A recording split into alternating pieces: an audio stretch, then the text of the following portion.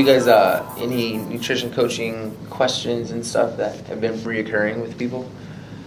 I had a few people mention that they were drinking soda. They've gone back to drinking soda, like just bad habits, and diet soda.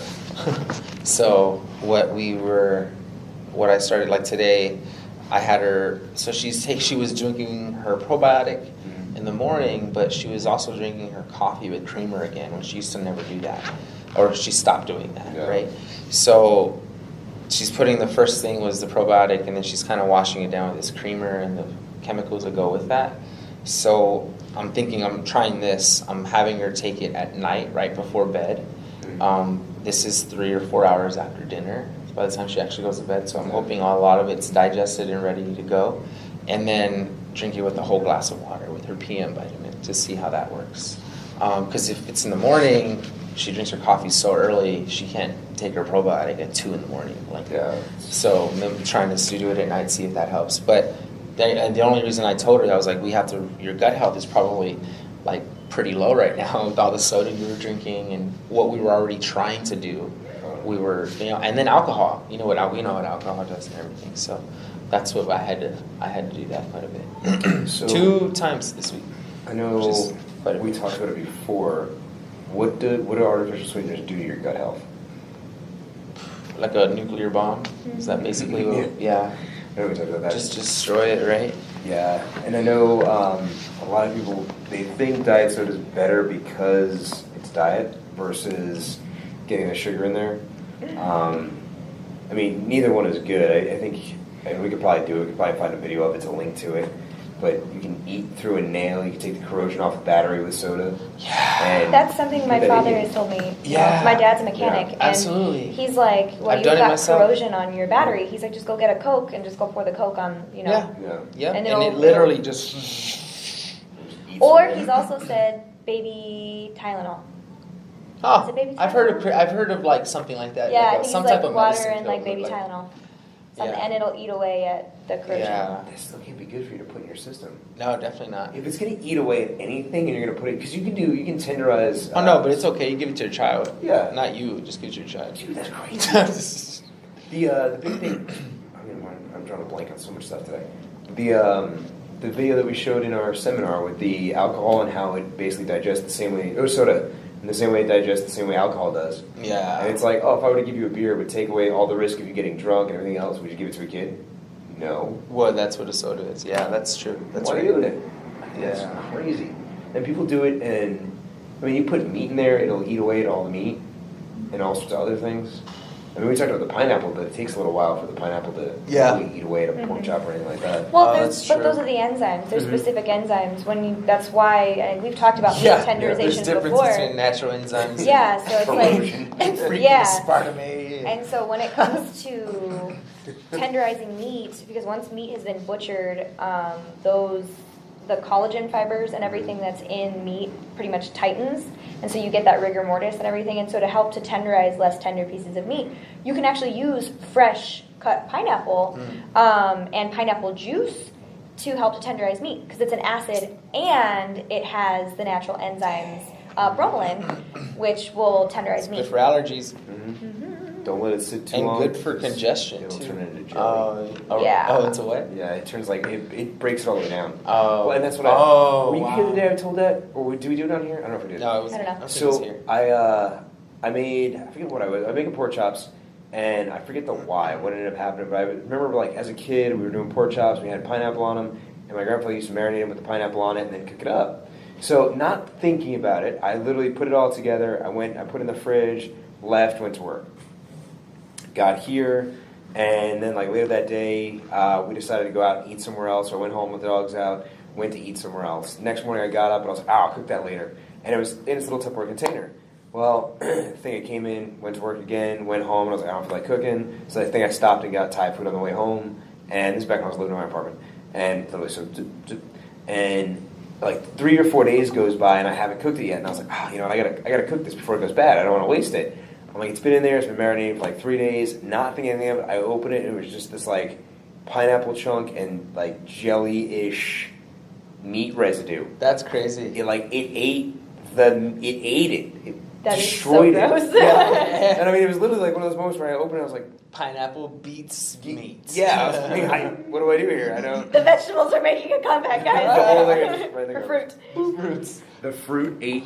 That's meat. crazy. Yeah. That's nuts. But you don't think about that. But Yeah. if you were to, you eat that again, it's the digestive enzymes versus the corrosive enzymes. I don't know. Yeah. Huh. But it's interesting because you mentioned children, and I've mentioned this before that I am taking nutrition through the lifespan. So we're actually covering currently toddler through adolescence and nutrition. And so I actually this morning my homework that was due at noon that I finished right before I got here. An article that we were reading 1:30 just covers, yeah, pretty much like turned it in right on time. The article that we're reading, that we had to read, was over the trends in pretty much like nutrient intake and concerns for children and adolescent health. Some of the three biggest trends that they've noticed is a huge increase over the years in energy intake. So pretty much consuming, you guys know this, but consuming foods that are high in energy and low in nutrients. So like cakes and pies, those would be high in energy and low in nutrients. An increase intake of solid fats and added sugars, as well as a decrease in the foods that in dairy. So there's been a big decrease in dairy. So now one of the nutrient concerns for kids is calcium. It's because people aren't really giving their kids milk anymore, or dairy products, or they're just eating cheese. So it's just pretty much just saturated fat. And things like that. So there's a lot of nutrient concerns for kids, and it seems to just be all going to the introduction of more fast food. So the eating outside the home, I believe the percentage was a 57% increase, or something like that. It was like 50-something% increase of eating outside the home. So, and people aren't eating as a family anymore. They don't do family-style meals. And reduced family-style meals is linked to higher incidences of childhood obesity and disordered eating. And disordered eating, not like anorexia or bulimia or anything like that, just poor eating behaviors. Yeah. And things like that. So that's just, you got to think, you say that, I wouldn't give it to myself, but I give it to my kid. Yeah. And most people think that they're going to feed their children better than they're feeding themselves. Because, I have friends who are like, I feed my kids better than I feed myself. But if your kids see what you're eating, they're going to usually follow the same patterns of what the parents are doing. And so it's been shown that people's eating habits and people's eating behaviors are linked to adolescence and what happened in the family. Did they eat together as a family? Did they have no distractions? Did they eat mindfully? Was there trauma? Exactly. Was there trauma? And that's a big thing too. Did we go to dinner table? Yes, we did. Yeah. Well, and also to forcing portion sizes. So the adults are in charge of giving portion sizes, and kids go through food jags where the actual term for this is actual food jags, where they don't eat. They're not hungry.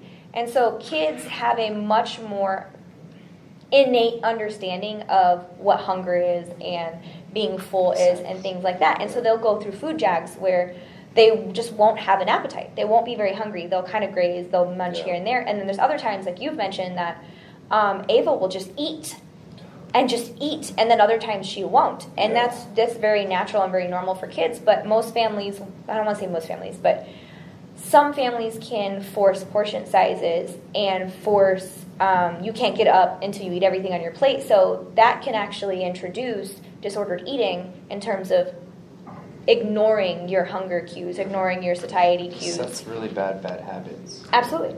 Mindless habits. Mindless eating. And so if you want to think and look, now mind you, it's not your parents' fault. Do what your parents say. Yeah. But, that's definitely something that can be brought up in terms of it's okay to let a child not eat everything that's on their plate, which equates to, as an adult, it's okay to not eat everything on your plate. Yeah. And one of the people in my class, he is complaining about, because he can't exercise anymore because we don't have time. And so he was talking about food, and we are in the same practicum together. And when I get food, if I'm not hungry, if I don't like what's on my plate, I don't eat it, just because I'm not going to force myself to eat it. And he's always like, eat your food. He will eat. He will clean. I mean, pile his plate and clean his plate. Yeah. And I was like, well, you said you didn't really like that. He's like, well, it was on my plate. I'm gonna eat it. And it's just, and that's not necessarily a bad thing, but that unhealthy eating behavior is usually something that was taught and that was learned, and you feel guilty for not eating everything that's on your plate, and it's okay not to. Yeah. Well, I think that comes from, when you think about it, we talked about it last time with the hierarchy of eating and how people are, conditioned to eat a certain way.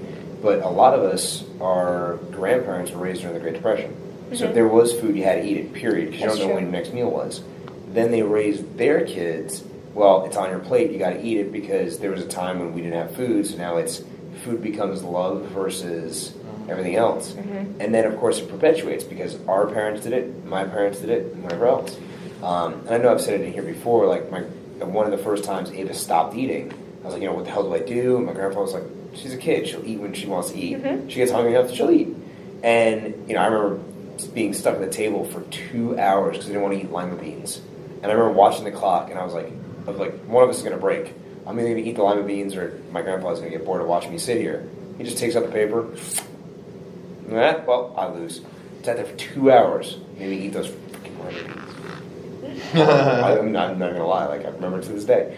But you think about it, and I've never been that way with Ava. When she's like, I'm done, I don't give her the option to have, like, dessert or a snack if she says she's hungry again. She can have the rest of what she started. That's exactly it. But that's it. Like, a lot of parents are like, oh, well, okay, you finished eating or whatever else, or finish that, or however it goes in your house.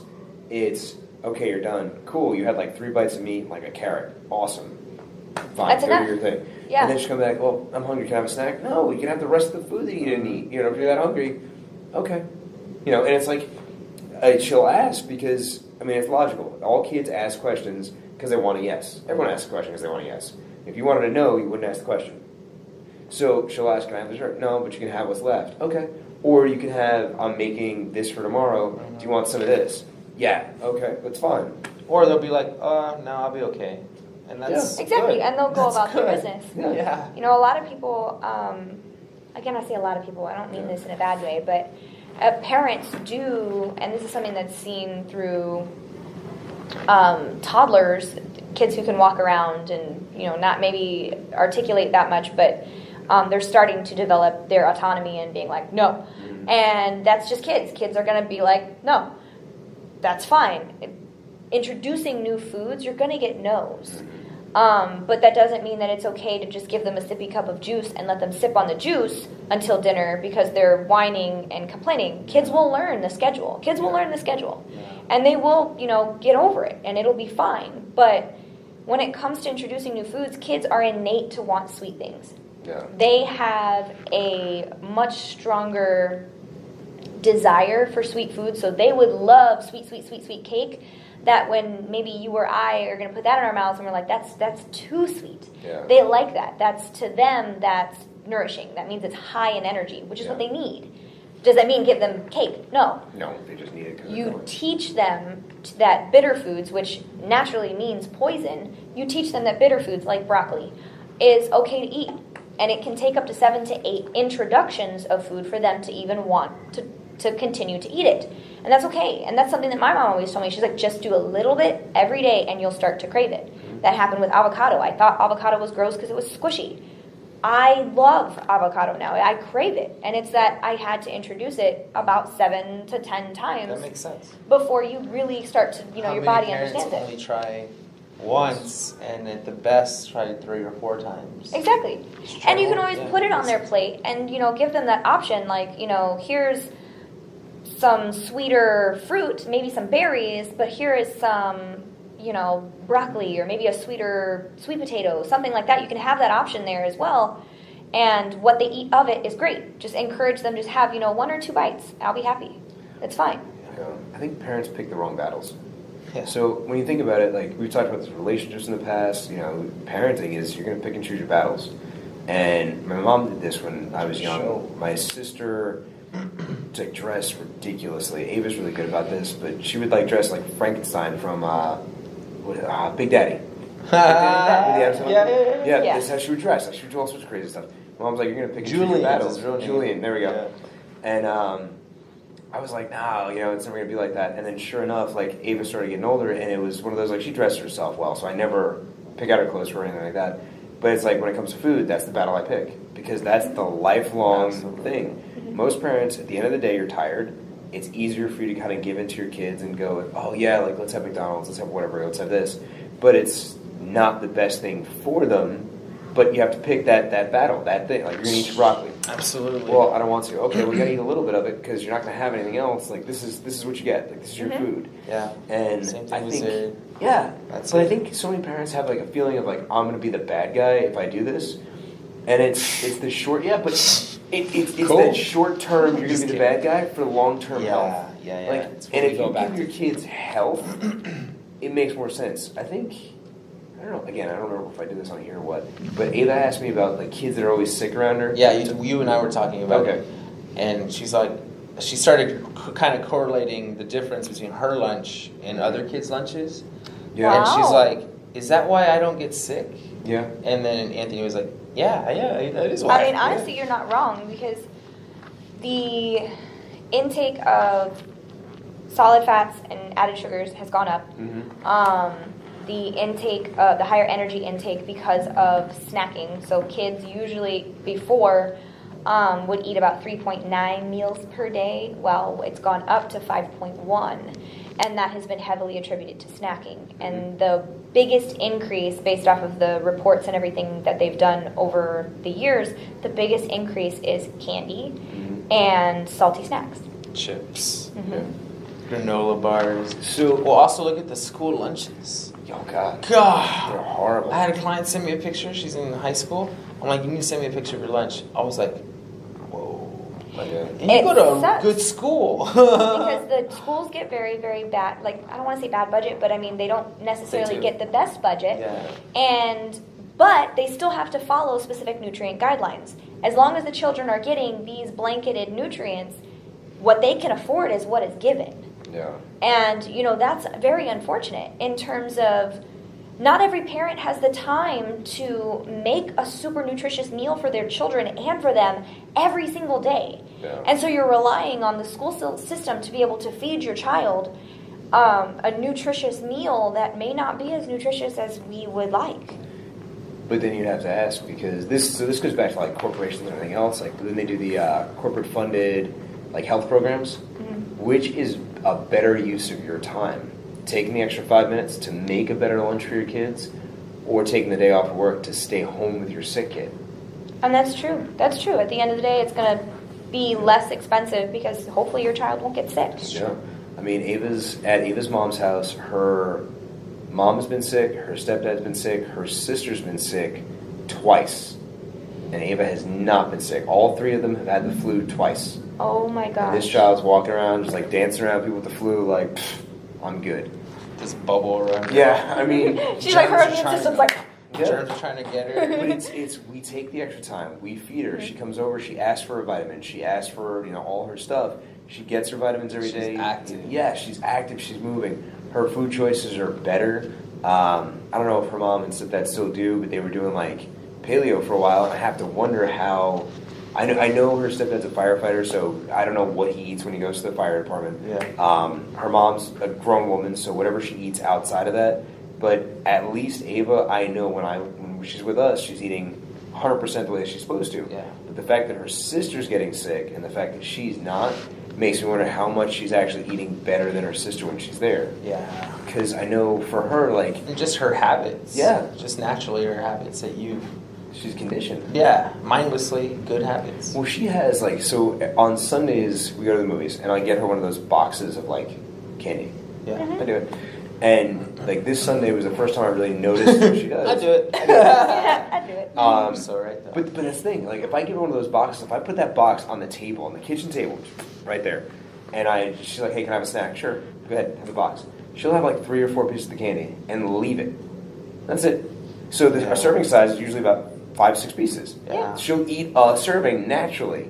So when she goes to the movies, she'll pick on the entire box over the entirety of the movie. So it's okay, it's one box, it's whatever it is, like 4 servings or whatever.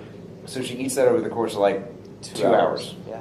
and then we go home, walk the dogs, do whatever else, so she's moving for the rest of the day. Yeah. But it's not the restricting of it. She's used to eating till she's full and not being forced to eat anymore. Yeah. All those things are innate. So it makes me wonder how much of that they're not teaching over here. Or, and then there's just the habits too, like not powering through, and again, just the mindless habit of her seeing the veggies and portion control, and like if I get hungry again, it's gonna be dinner. It's not gonna be a dessert snack. Yep. Like it's, and then parents picking their battles. That's so important. Which makes me wonder, because I mean, obviously, Sarah never gets sick either. yeah, and Ava spent a lot of time with me when she was growing up, and it was growing up like she's older. I have to wonder how much of it's enforced for sister to sister. Because if she's there, is she automatically going more towards the veggies? Because she's getting a lot of veggies. Is her sister steering away from the veggies? Because of just natural. Yeah. Is she eating her sister's veggies? Because her sister's got them on her plate, and she's like, oh, I'll have the extra carrots. I'll have the extra broccoli. Yeah. So now, like, her sister's losing out because she's doing what she's supposed to do. Which, I mean, is hysterical to think of. It's like, oh, this kid's, like, basically health is getting jacked by her sister. Just give me those nutrients. Because like when I grew up, and I've said this before, like, you know, snacks are readily available. So, and my family was never a, you have to eat everything on your plate, you can't get up. It was, you know, this is all I'm making for dinner. I'm not making you something special. But we were allowed to have a snack after dinner. So I would usually stop eating to allow myself to have that snack. Yeah. So, I mean, depends on how available that stuff is for kids. You know, if a child knows they're going to get dessert, are they going to finish their vegetables? Absolutely, yeah. Because they know they can have something sweet, and that'll be so much more tasty. Yeah. And so... And so, you know, sometimes parents forget. They'll like finish everything you have, you'll get the cookie. And then the kids will work it and not finish everything they have. if you and squish it still on get your the plate, cookie. it looks like you eat. And still get the cookie. And it's like, no, we don't fall for that. And we're like, Zared fasts. I got him fasting in the morning. Yeah. His first meal is lunch, and Heather makes it. Right, and it's nothing crazy. It's a sandwich. It's stuff he likes, but it's still like as much protein, and it's still got some fruit and veggies. And then he gets home, he has a snack that his habits of, if it is carby, he still posts it with, or pairs it up with like protein and the fruit and the fat. Yeah. And then he eats dinner with us as well. So And that's good. yeah, it's a really good when then he's on his chores. So like you were talking about picking battles. Yeah. Heather's battle with him is food. Absolutely does not budge on food. And I support her with that. Yeah. I'm a little more lenient with him. I'll let him eat his chips and stuff, right? With me, it's his chores. I do not budge on his daily chores. They're not done, he gets scolded. And it's like as soon as I walk in the door. Like if it's not done and you've been home before me, why isn't it done? Why are you sitting in your room? It's Or like, why aren't you doing them? Yeah, you it's know? like, because I want him to start building those habits of these are my to-do lists. I have to check it off before I can relax. Yeah. Right? Start building those habits of you go to work 8 to 5 and then you get home and you still have to do the things you do at home and then you can relax. Right? Like following through with eating his food and all that stuff. That's good. Yeah. Awesome. So today ended up being about Oh, sweet. child Yes, nutrition. Yeah. I kind of like it. Yeah. That was really good. Yeah. Child nutrition, we talked a little Child bit about nutrition just the habits. diet soda at the front. And Yeah. I like how it weird right into diet soda. Kids drink soda too, and it's Yeah. bad for their gut health. Yeah. Don't force kids to Absolutely. eat. Yeah, exactly. I think that was a big takeaway for people watching is don't force them to eat. Exactly, and it is completely natural. Like I said, kids go through food jacks. Kids are going to go through food jacks where Yeah. they're just going to want to graze, and kids naturally graze. Don't let them graze on crap. Yeah. But, you know, if they're going to graze and if they Give end them up being choices. hungry, give them some carrots or give them something else. Because they'll eat it. Exactly, kids will Sarah eat it. eats it. If he's hungry, he eats whatever we put in front of him. Exactly. So don't force your kids to, you have to consume all of what's on your plate. Or, you know, some days if they want extra, let them have extra. That usually means they're going through a growth spurt. They need the energy. Their body knows They're that. sleeping more. But let your kids develop a healthy understanding of what hunger and satiety is. That's a big deal. I hate when Zared's in his eating tons of mode. Oh my God, gosh. he eats as much as me. It's Yeah. crazy. My little Well, brother's going through that right now too. My mom's like, I'm having to buy double groceries again. Yeah. Oh, it's horrible. And whenever he goes through his like not eating, I'm like, yeah. He's just kind of Yeah. great, and then both. I would go through, like, my mom would bring groceries home, I'd go through, like, half the food. She's like, that was the food for the week, and you just did it in a day. Yeah. Oh, Bad. Sorry. there was Yeah. 3 boys in our house. Ooh. Oh man, and we all played sports. And Oh my I gosh. was small, but I ate like a 300-pound guy. I could literally eat 2 triple meat hamburgers from Whataburger with fries. 2 of them. Holy cow. Easy. And like after a game and stuff, right? Easy, put it down, not stuff like just. I could eat like 8 tacos. It was crazy stuff, man. It was ridiculous. Yeah. And then my brother Eli is a lineman. So he eats like a crazy guy. Isaiah, I don't know. I don't live there as much anymore, or not as much. I don't live there anymore. But he's obviously probably eating a ton. But it helps that I'm out. That's what we have to do too. Well, my mom's loved one of my friends when he started working at the bagel place. At the end of the day, they would throw out all the bagels. Yeah. This kid came over to the house one day with a garbage bag full of bagels. And like my mom opens the freezer. Now keep in mind, she's been gone all day. I got home and she opens the freezer, like she's got other food, and there's literally a freezer full of bagels. And she's like, "What is this black trash bag doing in my freezer?" Because I literally took it, I just pressed all the air out of it, and I put it in there because I was gonna waste a whole bunch of Ziploc bags. Yeah. I think I was like 15 at the time. I just popped it in there, and I was like, "It's a bag full of bagels." And she's like, "Really?" I was like, "Yeah." You know, Ryan brought him over after his shift because his freezer's already full from the bag he brought home yesterday. And his mom had like a second freezer, and both freezers are already full, so he brought us a bag. He's going to bring us another bag tomorrow for the other freezer. And she's like, "Are you serious?" I was like, "Yeah, we got bagels for like the week." For the week? It's a whole bag full, Tony. We went through them. Think about it. It was like my mom, my stepdad, my 2 sisters, and me. And it was like, this was back when I was delivering ice. So it was a summer job. So I would get home at the end of the day after being gone for sometimes 12, 15 hours, and I'm child labor laws. And I would just microwave bagels and just go through them. And of course, made my mom happy because she's not spending it on groceries. Yeah. It's awesome. All right, guys. Let your kids eat, just chill. Just chill. Yeah. Just chill. Thanks for watching. Thanks for watching. This is Anthony. We didn't do it at the beginning. We didn't. Yeah. We did not. This is Isaac. This is Stephanie. Please like, share, and subscribe. If you guys have any questions over what we talked about today, because we can definitely go a little further. If you are interested, let us know. Put some comments down in the box below. But other than that, y'all have a good one. We'll see you soon. Thanks for checking us out. If you like this, go ahead, like it, share it, subscribe. Check us out on Facebook and Instagram.